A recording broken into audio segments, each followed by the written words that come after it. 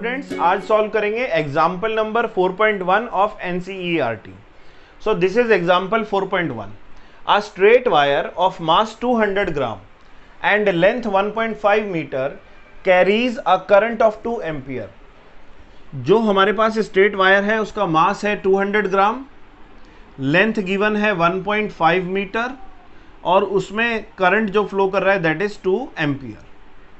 अब इस वायर को सस्पेंड किया गया by the uniform horizontal magnetic field B magnetic field की हेल्प से इस वायर को बैलेंस किया गया है. इसका मतलब इस पे लगने वाली नेट फोर्स क्या है, 0 है. इट मींस जो इसका वेट वर्टिकली डाउनवर्ड एक्ट कर रहा है उस वेट को कौन बैलेंस कर रहा है, मैग्नेटिक फोर्स. और मैग्नेटिक फोर्स की डायरेक्शन हम निकाल सकते हैं by the help of Fleming's left hand rule. So this is Fleming left hand rule. This thumb is representing the magnetic force, it is representing the magnetic field and it is representing the current. So current is flowing in this direction, magnetic field is horizontal and thumb gives you the direction of the force. So यहाँ पर जो magnetic force की direction है वो क्या है, upward. So it means magnetic force जो है वो हमारे weight mg के opposite लगेगी. ठीक है. अब ये इक्विलिब्रियम स्टेट में तभी होगा जब मैग्नेटिक फोर्स और वेट दोनों का मैग्नीट्यूड सेम होगा और डायरेक्शन क्या है, अपोजिट है, जिसका मतलब यहां पर नेट फोर्स क्या हो जाएगी, 0.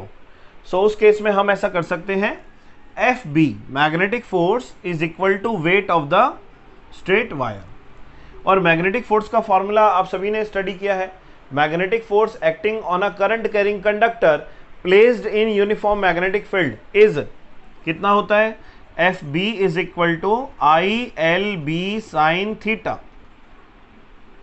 सो यहां पर हम लिख देते हैं F B is equal to I L B sine theta. Theta की वैल्यू कितनी होगी, देखिए एल की डायरेक्शन क्या होती है, जो डायरेक्शन करंट की होती है. सो एल की डायरेक्शन ये है और मैग्नेटिक फील्ड उसके परपेंडिकुलर है. So theta is 90 degree. So here theta is 90 degree equal to M G. Sine 90 plus 1 होता है. We have to calculate the magnitude of magnetic field B. So mg divided by IL. So this is the formula. ये हमने drive कर लिया. अब इसमें value put कर देंगे और B is equal to M. M is 0.2 kilogram, 200 ग्राम है. आप इसे किलोग्राम में कन्वर्ट करने के लिए 1000 से डिवाइड करेंगे. Multiply by G that is 9.8 divided by current. Current is 2 ampere. And what is the length? Length is 1.5 meter. So it is 1.5 meter. Now magnetic field is, it is 0.1. Now we divide 98 by 15. So 15 6 the 90. 8 decimal लगा देंगे, 0 15 5 the 75. So it is 6.5 into 10 की power minus 1. We can write it as 0.65 Tesla.